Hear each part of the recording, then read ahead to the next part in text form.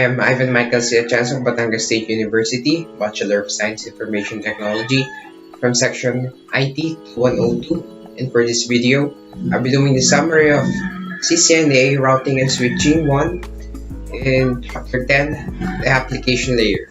So let's start. Applications such as web browsers, online gaming, chatting with an emailing friends enable us to send and receive data with relative ease. Typically, we can access and use these applications without knowing how they work. However, for network professionals, it is important to know how an application is able to format, transmit, and interpret messages that are sent and received across the network. Visualizing the mechanisms that enable communication across the network is made easier if we use the layered framework of the OSI model. Application layer. The application layer is closest to the end user. It is the layer that provides the interface between applications used to communicate the underlying network, over which messages are transmitted. Application layer protocols are used to exchange data between programs running on the source and destination host. There are many application layer protocols, and new protocols are always being developed. Some of the most widely known application layer protocols include Hypertext Transfer Protocol, File Transfer Protocol, Trivial File Transfer Protocol, Internet Message Access Protocol, and Domain Name System. The presentation of the session layer. The presentation layer, formatting or presenting data at the source device into a compatible form for receipt by the destination device. Compressing data in a way that can be decompressed by the destination device. Encrypting data for transmissions and decrypting data upon receipt.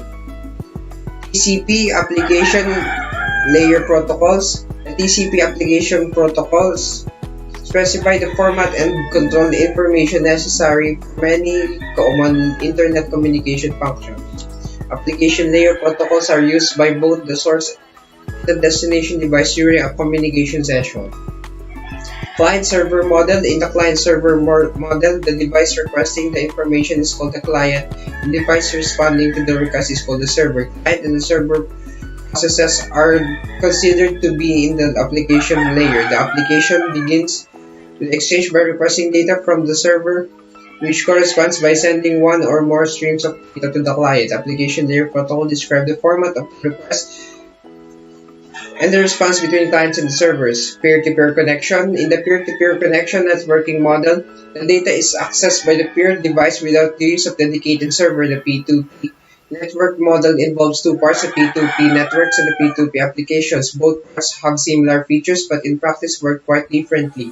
In the P2P network, two or more computers are connected via the network and can share resources.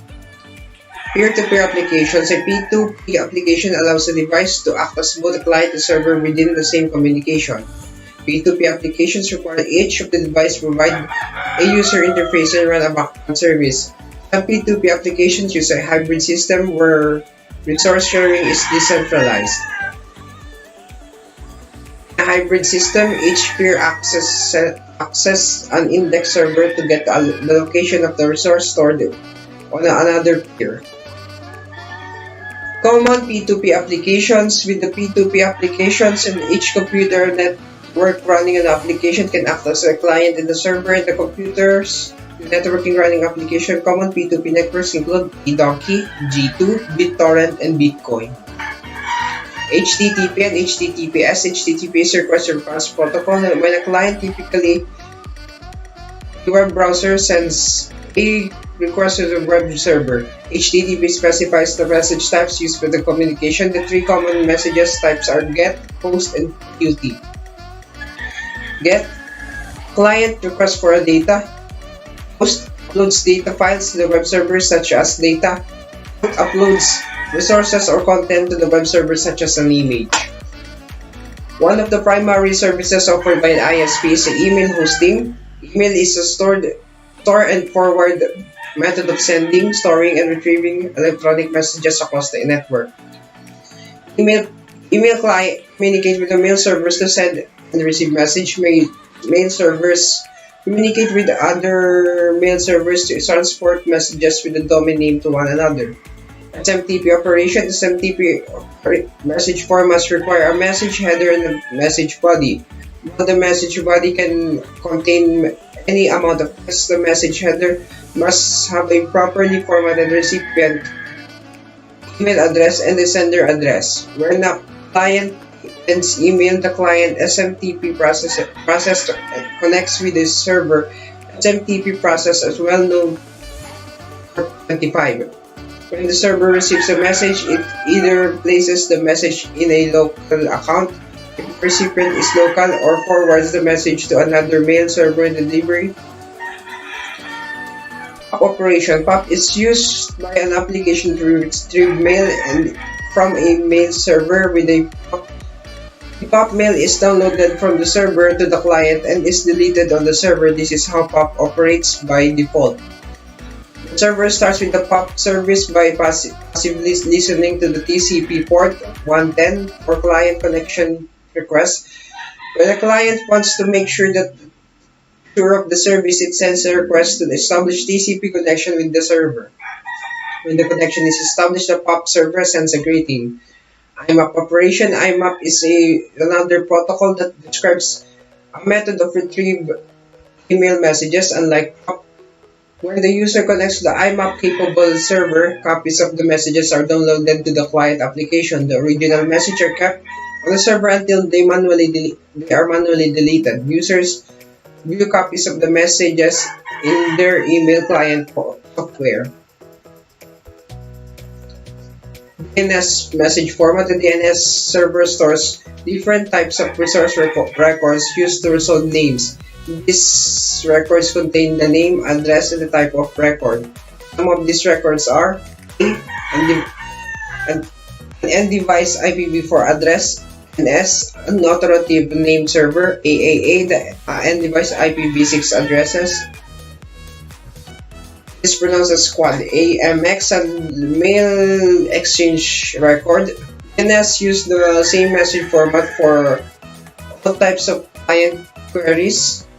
And server response, error message, a transfer of resource record information between servers.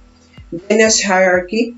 DNS protocol uses a hierarchical system to create a database to provide name resolution. DNS uses domain names to form the hierarchy. The different top-level domains represent either the type of organization or the country of origin. Examples of top-level domains are .com, .org, .au, .co.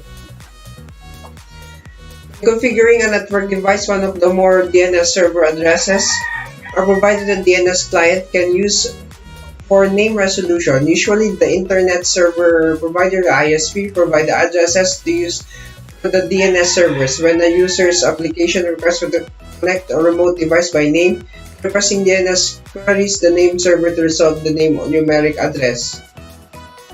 Computer operating system also have the utility called NSLOOKUP that allows user to manually query the name servers to resolve the given host name. Dynamic Host Configuration Protocol. The Dynamic Host Configuration Protocol, DHCP, for IPv4 service automates the assignment of IPv4 addresses, subnet mask gateway, and other IPv4 networking parameters. The alternative to dynamic addressing is static addressing. When using static addressing, the network administrator manually enters IP address information on host. When a host connects to the network, the DHCP servers are contacted and an address is requested. File Transfer Protocol, FTP, is another commonly used application layer protocol. Was developed to allow for data transfers between client and the server. FTP requires FTP connections between the client and the server. One for commands and replies, and the other for the actual file transfer. The client establishes first connection to the server for control traffic using TCP port 21 consisting of client commands and server replies. The client establishes second connection to the server. The actual data transfer using TCP port 20. This connection is created every time there is a data to be transferred. Server message block. The server message block is a client file sharing protocol that describes the structure of shared network resources such as directories, files, printers, and serial ports.